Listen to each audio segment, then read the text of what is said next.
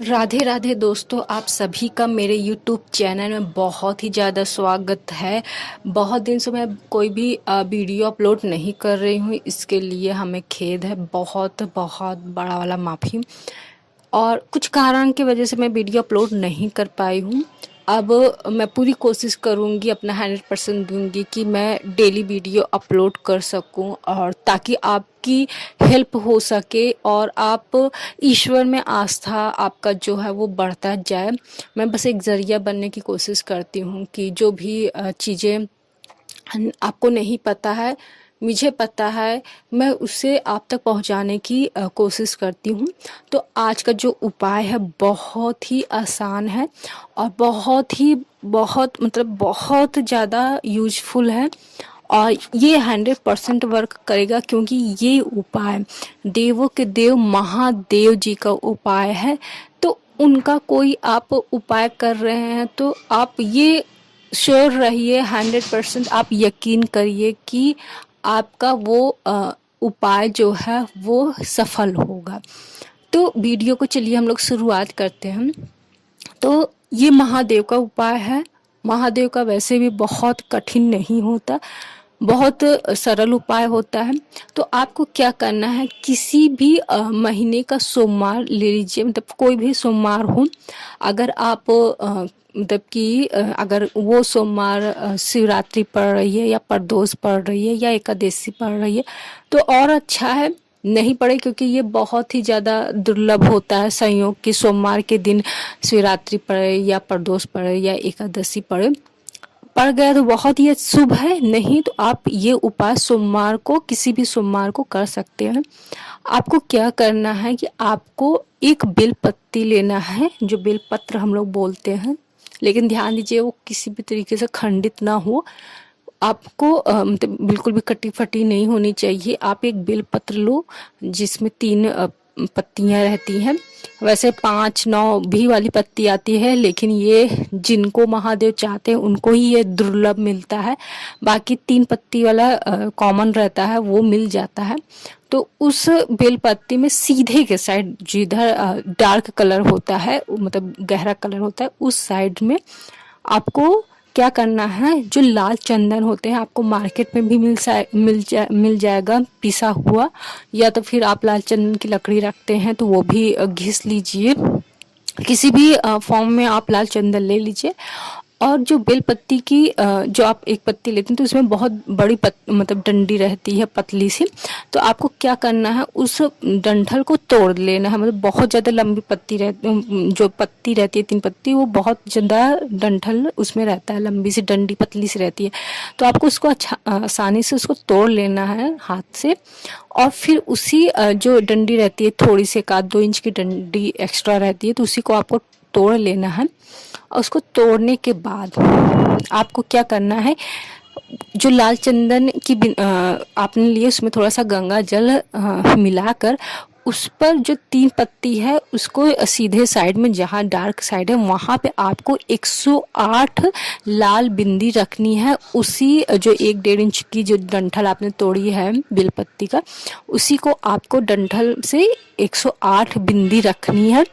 या तो आप श्री शिवाय नमस्तभ्यम कहिए, या ओम नमः शिवाय कहिए, या ओम कहिए, जो भी आपका जिस भी मंत्र उच्चारण में आपको संतुष्टि मिलती है, आपको अच्छा लगता है या फिर आपको आता है, जो भी हो आप उसको ऐसे करते करते 108 कीजिए। ठीक। आपको फिर क्या करना, आइए आपको मतलब किसी भी शिवलिंग में जाइए। वैसे कोशिश कीजिए कि आप किसी मंदिर में जाइए। अगर आपके आसपास मंदिर नहीं है तो आप घर में भी कर सकते हैं, लेकिन बेहतर रहेगा आप कोशिश कीजिए कि ये किसी भी शिव मंदिर में जाइए जहाँ पर शिवलिंग की स्थापना हो। वैसे मैं ये कहूँगी कि आप किसी भी शिव मंदिर में जाइए जहाँ पे शिवलिंग की स्थापना हो, और वहाँ पे जाके बैठ के आप मंदिर में, अगर उस मंदिर में बहुत ज़्यादा भीड़ है तो आप मंदिर के किनारे बैठ के कीजिए, जहाँ भी आपको सुविधा हो, लेकिन मंदिर में ही जाके इसको कीजिए। गर्भगृह में न रहकर आप बाहर कीजिए इसको। आप ये उपाय मतलब कि इसको इतना वर्क कीजिए। फिर उसके बाद आप वो पत्ती लीजिए। फिर जो अशोक सुंदरी जी का जगह होता है, जैसे शिवलिंग का, मैं इसका पूरा विस्तार से वर्णन बताने की कोशिश करूँगी आगे के वीडियो में, क्योंकि मेरी अब मोस्टली वीडियो इन्हीं सब के उपाय पे रहेगी। तो जो शिवलिंग की जगह होती है, जहाँ जलधारी बहती है, जहाँ से हम शंकर जी को जल चढ़ाते हैं, तो जो बीच के रास्ता होता है उसी के ऊपर, मतलब उसी के ऊपर साइड में अशोक सुंदर जी का जगह होता है। तो वो बेल पत्ती जो आपने 108 लाल चंदन का बिंदी रखी हुई है, इसको आपको वहाँ पे ऐसे उल्टा रख के स्पर्श कराना है, और फिर उसको स्पर्श करा के शिवलिंग में, जो शिवलिंग के ऊपर आपको इसको चढ़ा देना है, और आपको अपनी मन्नत कहनी है। इतना कीजिए, मतलब पहले आपको डायरेक्टली शिवलिंग में नहीं चढ़ाना है, पहले अशोक सुंदरी की जगह में चढ़ाना है, और फिर उसके बाद आपको शिवलिंग में चढ़ाना है। अगर आपको ये जानना है कि शिवलिंग जो होता है वहाँ पर माता पार्वती जी का स्थान कहाँ है, गणेश जी का स्थान कहाँ है, कार्तिकेय जी का स्थान कहाँ है, अशोक सुंदर जी का स्थान कहाँ है, भगवान जी, शंकर भगवान जी की और पार्वती जी के जितने पुत्र और पुत्रियां हैं उनका स्थान कहाँ है, 33 कोटि के देवी देवता का स्थान कहाँ है, तो आप कमेंट सेक्शन में ज़रूर बताइएगा। मैं उसका फुल वीडियो ट्यूटोरियल आपको दूंगी, पूरा फोटो में आपको पॉइंट करूंगी कि ये जगह स्थान उनका है, वो स्थान उनका है। तो आप बाकी बहुत सारे लोग जानते भी होंगे शायद कि अशोक सुंदरी जी का स्थान कहाँ है। वैसे शायद क्या बहुत लोग जानते ही होंगे कि अशोक सुंदरी, शिवलिंग में अशोक सुंदरी जी का, जो उनकी पुत्री हैं महादेव जी के, उनका स्थान कहाँ पे है।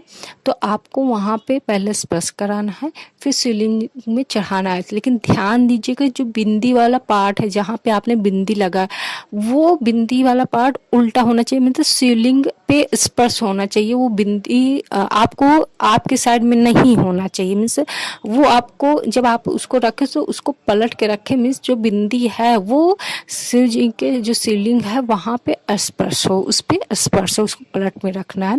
जैसे कि सीधा उल्टा बेलपत्र होता है, तो आप जानते ही होंगे कि सीधा बेलपत्र कैसे चढ़ाया जाता है, उल्टा बेलपत्र क्या होता है। तो आपको सीधा बेलपत्र इस तरीके से बिंदी वाला पार्ट सीधा चढ़ा कर आपको अपनी मन्नत कहनी है। आप यकीन मानिए कि आपका जो भी मनोकामना है वो 100% होगा। लेकिन हाँ, मैं अपने हर उपाय में यही ज़्यादा जोर देती हूँ कि आप कोई भी उपाय कीजिए, ये आप बहुत ज़्यादा विश्वास कीजिए, यकीन कीजिए कि महादेव सुन रहे हैं। या फिर मैं और बाकी के देवी देवताओं का उपाय बता रही हूँ। तो आप उपाय करते वक्त भ्रम में बिल्कुल में मत रखिएगा कि ये करना चाहिए कि नहीं करना चाहिए, या फिर भगवान सुनेंगे कि नहीं ये उपाय मेरा मैं कर रही हूँ, भगवान मेरी मनोकामना पूरी करेंगे कि नहीं करेंगे, या फिर पता नहीं सही कर रही हूँ, कर रहा हूँ कि नहीं, ऐसा कुछ भी मत रखिए। जितना आप विश्वास और यकीन से आप आस्था से चढ़ाएंगे, कोई भी उपाय करेंगे, उतना जल्दी आपको फल मिलेगा। तो अब आगे का उपाय मैं जो भी रहेगा मैं आगे की वीडियो अपलोड करूँगी। मैं पूरी कोशिश करूँगी कि मेरी जो वीडियो मैंने बीच में बंद कर दिया है मैं फिर से उसको अपलोड करूँ। कुछ कारणों से मैं अपलोड नहीं कर पा रही थी, लेकिन मैं अब फिर से कोशिश करूँगी कि आप लोगों से संपर्क फिर से स्थापित करूँ। और हाँ, प्लीज़ कमेंट में आप जिस भी ईश्वर पे आस्था रखते हैं प्लीज़ उनका कमेंट में जयकारा ज़रूर लगाइए। और हाँ, ये उपाय आप कीजिए। और ये उपाय मतलब कुछ तो लगना है नहीं, सिर्फ एक बेलपत्र में आपको 108 बिंदी रख के आपको पहले अशोक सुंदरी में, फिर शिवलिंग में स्पर्श करा के आपको अपनी मनोकामना कहनी है, और यकीन मानिए ये पूरी होगी। तो ऐसे ही वीडियो देखने के लिए प्लीज़ मेरे चैनल को सब्सक्राइब कीजिए। एंड माफ़ी मांगती हूँ कि जो मैंने इतने दिन तक वीडियो अपलोड नहीं किया। जय श्री राधे कृष्णा, हर हर महादेव।